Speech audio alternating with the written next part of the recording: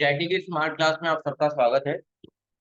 और अकाउंटिंग इस क्लास में चूंकि जो हमारी थ्योरी पैटर्न थी लगभग आखिरी चीज चल रही है वो है लास्ट बैलेंस शीट, जो लास्ट में बनाया जाता है, जिससे ये पता चल पाता है कि हमारे व्यापार में हमारे बिजनेस की जो स्थिति है कैसी है। ठीक है, मार्केट में हमारे बिजनेस की स्थिति कैसी है ये जान पाते हैं। और बैलेंस शीट को हिंदी में बोलते हैं आर्थिक चिट्ठा। तो जैसे ट्रेडिंग अकाउंट से पैसा ट्रांसफर हुआ पीएल में, वैसे पीएल से ट्रांसफर होगा बैलेंस शीट। ठीक है, ये सारी चीजें हैं। कह रहा है कि the balance sheet is a statement that summarise the asset and liability. और बैलेंस शीट में होता है क्या है, सिर्फ दो चीजों की बातें होंगी, एक संपत्ति की और एक दायित्व। अभी तक आप पढ़ रहे थे कि एक फॉर्मेट रह रहा था, एक आपका रह रहा था डेबिट साइड और एक रह रहा था, यही रह रहा था ना। लेकिन बैलेंस शीट का फॉर्मेट उल्टा हो जाता है, ये आपका रहता है लायबिलिटी और ये होता है एसेट्स। अब आप बताइए एसेट्स का नेचर क्या होता है, डेबिट होता है। लायबिलिटी का नेचर क्या होता है, देखिए फॉर्मेट उल्टा हो गया कि नहीं हो गया। पहले डेबिट था फिर क्रेडिट था, अब क्रेडिट और डेबिट हो गया कि नहीं हो गया। तो याद रखिएगा इसमें बैलेंस शीट में एसेट्स और लायबिलिटी की बात की जाती है। किसकी बात की होती है, एसेट्स और लायबिलिटी की बात होती है। ठीक है, the excess of assets over liability is the net worth of a business. और the excess of assets over liability, liability से अधिक जो हमारा है वही हमारा क्या कहलाता है, दायित्व कहलाता है। जैसे कि समझिएगा कि अगर मैं एडवांस सैलरी ले लूं पुष्कर सर से, मैं अगर सैलरी एडवांस ले लूं पुष्कर सर से, तो मेरे लिए एक दायित्व बनता है कि अगर मैंने उनसे पैसा एक्स्ट्रा लिया है तो या तो मैं उनका वो रिटर्न कर दूं या फिर उनके अंडर में काम कर करके वो पैसा क्या करूं, कटवाऊं। ये मेरा क्या है, दायित्व है। लेकिन उन्होंने मुझे एडवांस पैसा दिया, उनके लिए संपत्ति है। बात दोनों जन की होती है। अगर आप किसी से सामान खरीद रहे हैं तो आप ही एंट्री करते हैं या जो बेच रहा है वो भी एंट्री करता है। फर्क यही है कि आप खरीद रहे हैं तो आप परचेज वाउचर में एंट्री करेंगे और जो बेच रहा है वो सेल्स वाउचर में एंट्री करेगा। मतलब दोनों को एंट्री करनी होती है। इसी तरह अगर हम किसी से पैसा एडवांस ले रहे हैं तो हमारे लिए दायित्व है, लेकिन उसके लिए संपत्ति है। क्या है, संपत्ति है। यही सारी बातें यहाँ पे दी गई हैं। ठीक है, और उसमें कहा है company long term financial stand and performance. मतलब कंपनी जब भी हम स्टार्ट करते हैं तो यह सोच के नहीं स्टार्ट करते हैं कि ये फ्यूचर में बंद हो जाएगी। यह मान के स्टार्ट किया जाता है कि यह लंबे समय तक चलेगा। कोई कंपनी स्टार्ट करता है ये सोचता है कि अगले साल बंद कर देंगे, नहीं। व्यापार स्टार्ट करने का एक ही मतलब होता है कि ये बिजनेस आपका लंबे समय तक चलेगा, यानी कि उसका स्टैंड जो है वो बेहतर है। ठीक है, ऐसे ही करके दिया हुआ है। और ये आपका है फॉर्मेट बैलेंस शीट का, आप देख सकते हैं ये फॉर्मेट है। ये मैं थोड़ा जूम कर रहा हूँ, फिर आप आ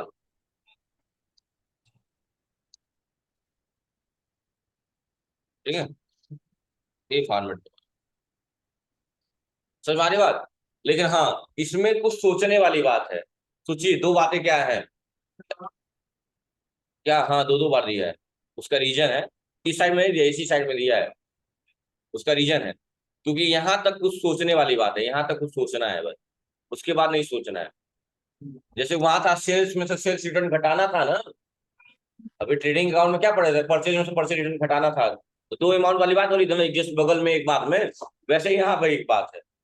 बात क्या है कि जो आपका कैपिटल होता है, यानी कि पूंजी जो होती है, अगर आपके व्यापार में लॉस हुआ है, क्या हुआ है, लॉस हुआ है, तो पूंजी को घटाएगी बढ़ाएगी, यानी कि घटाएगी। देखिए इसमें लॉस जो होगा नेट लॉस देखो घटाया गया है, लेस नेट लॉस।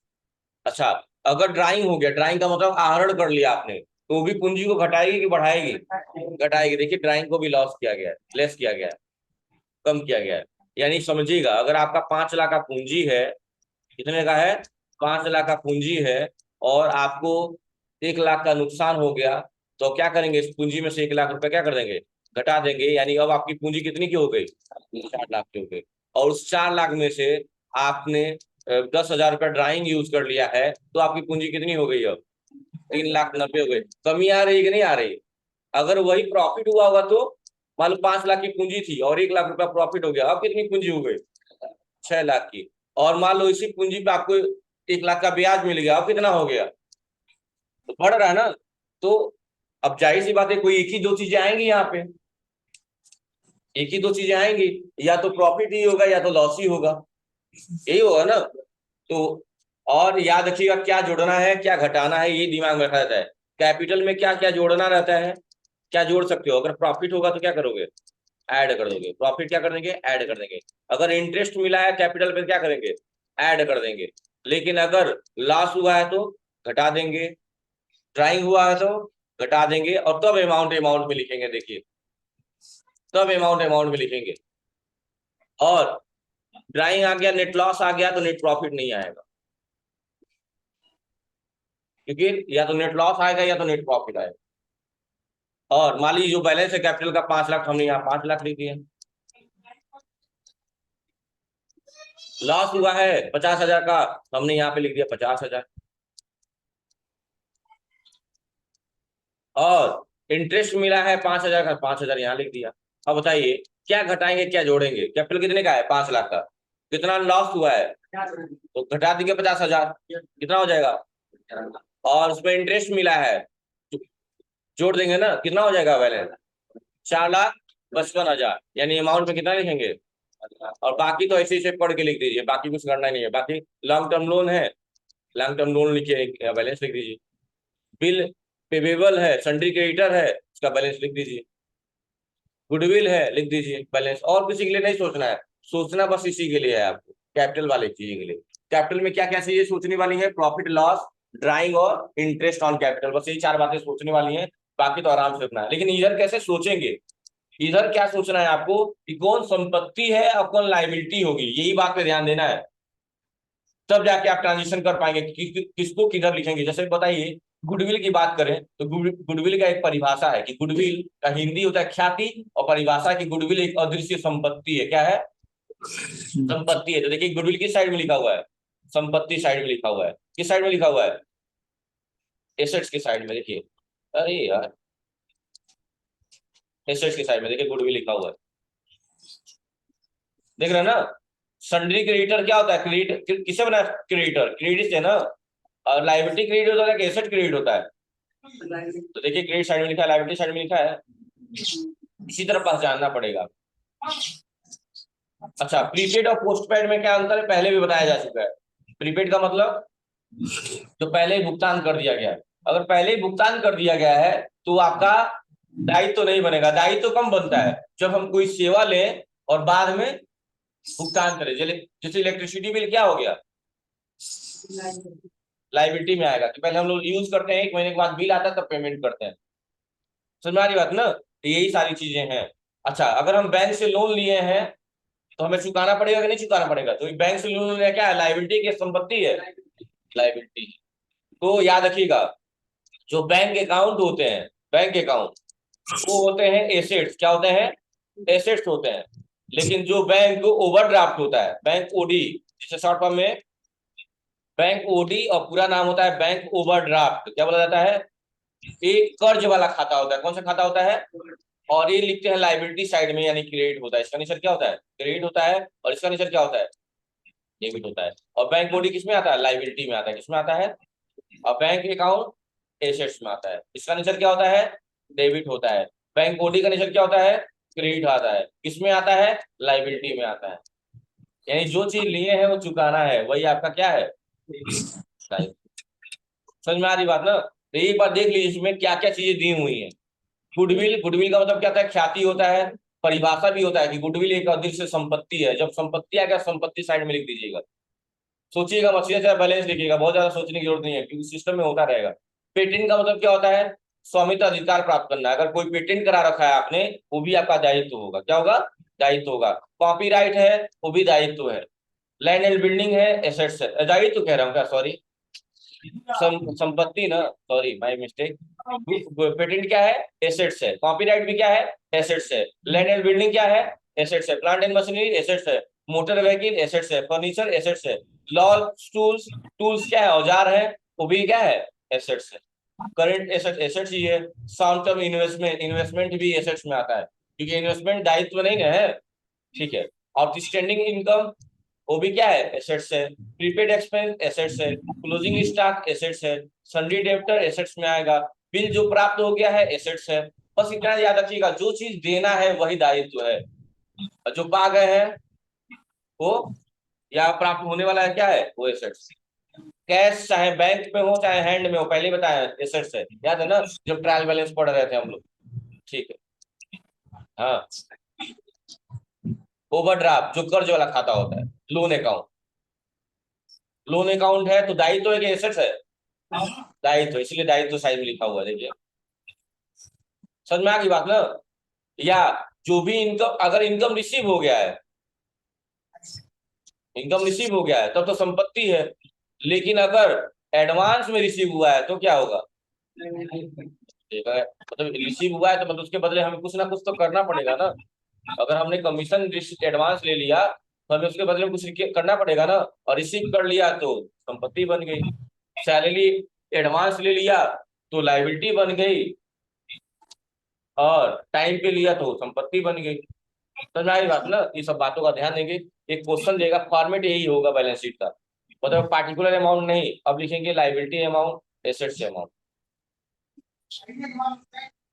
और किसको लेकर सोचना है? कैपिटल को। जैसे क्वेश्चन नीचे दिया हुआ है यहाँ पे, और सोचिए कैसे लिखेंगे। किसको सोचना है लेके, बस कैपिटल को लेकर, ड्राइंग को लेकर सोचना है। हम्म। अब देखिएगा, इसमें क्या सोचने वाली बात है? Capital, drawing, capital, interest on capital और लॉस, और इसके अलावा कुछ सोचने वाली बात नहीं है ना। ठीक है। कैपिटल में क्या जुड़ेगा क्या घटेगा? ड्राइंग क्या होगा, घटेगा कि जुड़ेगा? घटेगा। इंटरेस्ट जुड़ेगा, लॉस। कैपिटल कितने का है? 1,20,000 का। 1,20,000 में 6,000 घटा दीजिए, कितना हो जाएगा? 1,14,000। और 1,14,000 में 7200 जोड़ दीजिए, 1,21,200। 1,21,000। अब 1,21,200 में से कितना घटा दीजिए? 14,200 घटा दीजिए, कितना हो जाएगा? 1,07,000। 1,00,000, यानी कैपिटल का बैलेंस कितना आ गया? समझ में आ गई बात कैसे करना है ना? अब बाकी तो बताइए, बिल्डिंग किस साइड में लिखेंगे? एसेट, वही एसेट साइड में ई लिख दे रहा हूँ। Asset side, plant and machinery asset side में, पेटेंट ट्रेडमार्क एसेट है, गुडविल, सन्ड्री क्रेडिटर, क्रेडिटर है ना, liability side. Sundry debtor asset, bill receivable जो प्राप्त हो गया है, एसेट साइड में होगा।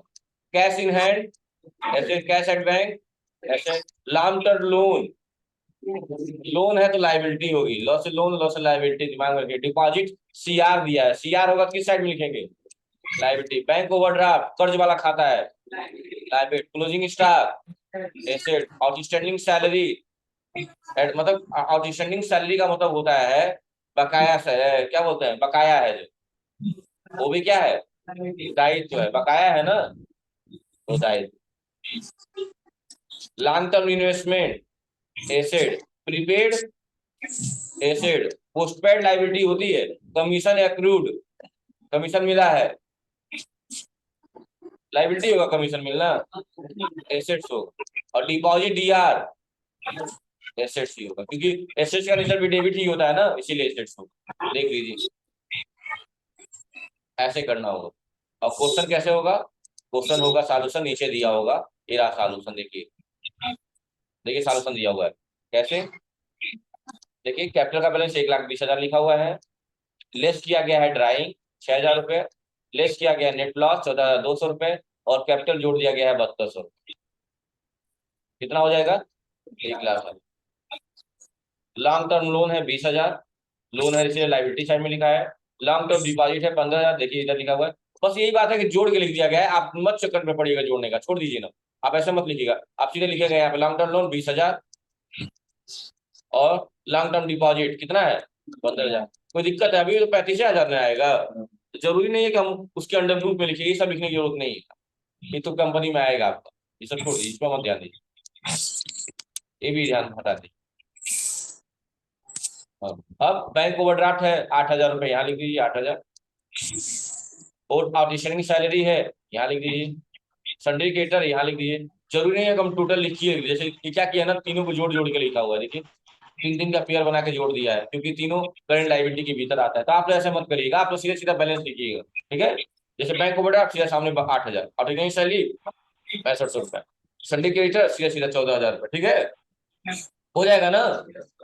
ऐसे गुडविल 7,000, डायरेक्ट यहाँ लिखिएगा, इसके चक्कर में मत पड़िएगा। तो चलिए फॉर्मेट क्या बनेगा आपका, लाइबिलिटी और अमाउंट का, लाइबिलिटी एसेट्स और अमाउंट का। चलिए आप लोग भी बना लीजिए और इस क्वेश्चन को सॉल्व करके दिखाइए। ये रहा आपके स्क्रीन पे, ये रहा, रफ निकाल लीजिए, कोशिश करिए खुद से सॉल्व करने की, और फिर नहीं तो हम बताएंगे फिर से, करिए, ठीक है। अब देखिए क्वेश्चन आप लोग अपने फाइल में ओपन किए रहिए, मैं क्वेश्चन यहाँ बोलूंगा, आप लोग देखिए कैसे करना है इसको। नोटपैड ओपन कर लिया हमने, और ये रहा, मैंने कहा कि फॉर्मेट ऐसा रहेगा, दिमाग में रखिएगा, एक बड़ा सा फॉर्मेट बन गया, ये आपका पार्टिकुलर हो गया, अमाउंट 2 बार कर लीजिएगा इधर, कोई दिक्कत नहीं है, फिर पार्टिकुलर और अमाउंट 2 बार कर लीजिएगा, कोई दिक्कत नहीं। ये आपका हो गया क्या, लाइबिलिटी, और ये हो गया आपका एसेट, और ये आपका अमाउंट, और ये भी आपका अमाउंट। लास्ट वाला जो सेक्शन है वही फाइनल अमाउंट है, ये भी अमाउंट, ठीक ना। मैंने कहा स्टार्टर कहाँ से किया जाता है, कैपिटल से, क्या लिखेंगे, कैपिटल। टू कैपिटल लगाया कि ऐसे नॉर्मली लिखा था, नहीं नहीं, सॉल्यूशन में क्या लिखा, टू कैपिटल लिखा है कि नॉर्मल लिखा हुआ है, नॉर्मल लिखा हुआ है ना। तो देखिए क्या करना है यहाँ पे, पहले क्या लिखेंगे, कैपिटल, कैपिटल, और कैपिटल का बैलेंस कितना है, 1,20,000। देखो अमाउंट में लिखना है 1,20,000, जैसे बगल में ना लिखे एक और अमाउंट वाला बना लिया, और लेस करना है इसमें, क्या क्या लेस करना है, क्या दिया हो दूसरा, ड्राइंग दिया है, ड्राइंग ले लेंगे, कितना है 6,000, 6,000 लेस किया जाएगा, ऐसे लिख लीजिए पहले 6,000। उसके बाद लेस लॉस है, लेस लॉस कितना है 14,000, 14,000। उसके बाद इंटरेस्ट भी तो होगा, इस पे ऐड कर देंगे, ऐड इंटरेस्ट ऑन कैपिटल, कितना है कैपिटल 72,000। सब जोड़ने और घटाने के बाद क्या आ रहा है देखेंगे आप लोग, 1,00,000, अमाउंट में लिख देंगे 1,07,000, बस हो गया 1,00,000 खत्म। और बाकी ऐसे छापते जाइए। उसके बाद बताओ ज्योति, अगला बोलो। सिंडिकेटर, क्रेडिटर किस साइड में रहेगा, लाइबिलिटी साइड में, सिंडिकेटर हो गया, सिंडिकेटर अमाउंट बताइए, 14,000 हो गया। हाँ उसके बाद, हाँ लॉन्ग टर्म लोन इधर ही होगा, लॉन्ग टर्म लोन भी इधर होगा, लोन कितना है 20,000, 20,000 हो गया। और बताइए, हाँ डिपॉजिट क्या, सीआर की डीआर, सीआर इधर ही रहेगा, डिपॉजिट कितना है 15,000 है, 15,000 हो गया। और बताइए, बैंक ओवरड्राफ्ट इधर ही रहेगा, बैंक ओडी, तुम अपने में से देख के बता रही हो क्या, फाइल में से, हाँ तो लाइन से मत बोलो, लाइन से सब क्रेडिट वाला ही आ रहा है। बैंक ओडी कितना है 8,000। हाँ नेक्स्ट, क्वेश्चन से बताइए, क्वेश्चन से, लाइन से क्वेश्चन बोलिए।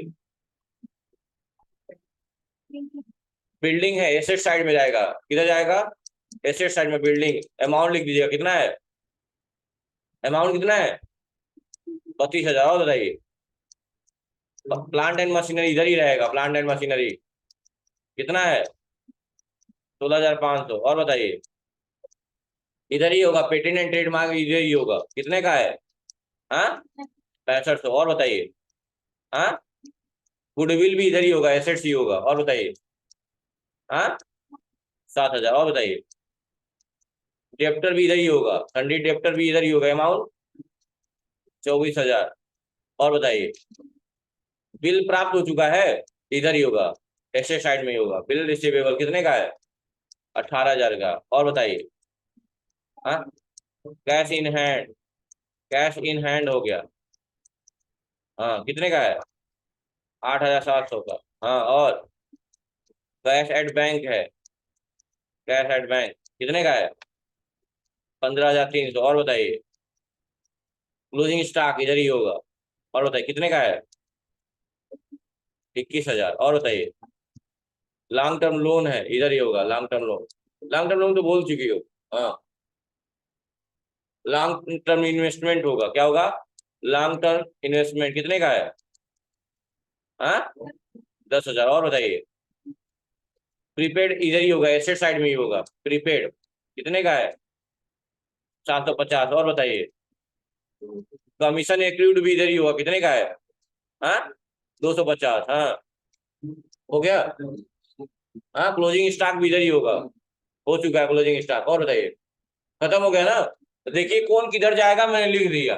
अब बस अमाउंट जोड़ लीजिएगा, अमाउंट आ जाएगा, जैसे 1,07,000 और 14,000 कितना हो जाएगा, हाँ हाँ सही है। समझ में आएगा किसका सॉल्यूशन करना है, बस यही सॉल्यूशन है। इसमें इसके चक्कर में पड़ेंगे तो बहुत कंफ्यूज हो जाएंगे। ये जो सॉल्यूशन दिया हुआ है, देखिए आंसर आ रहा है टोटल 1,70,500।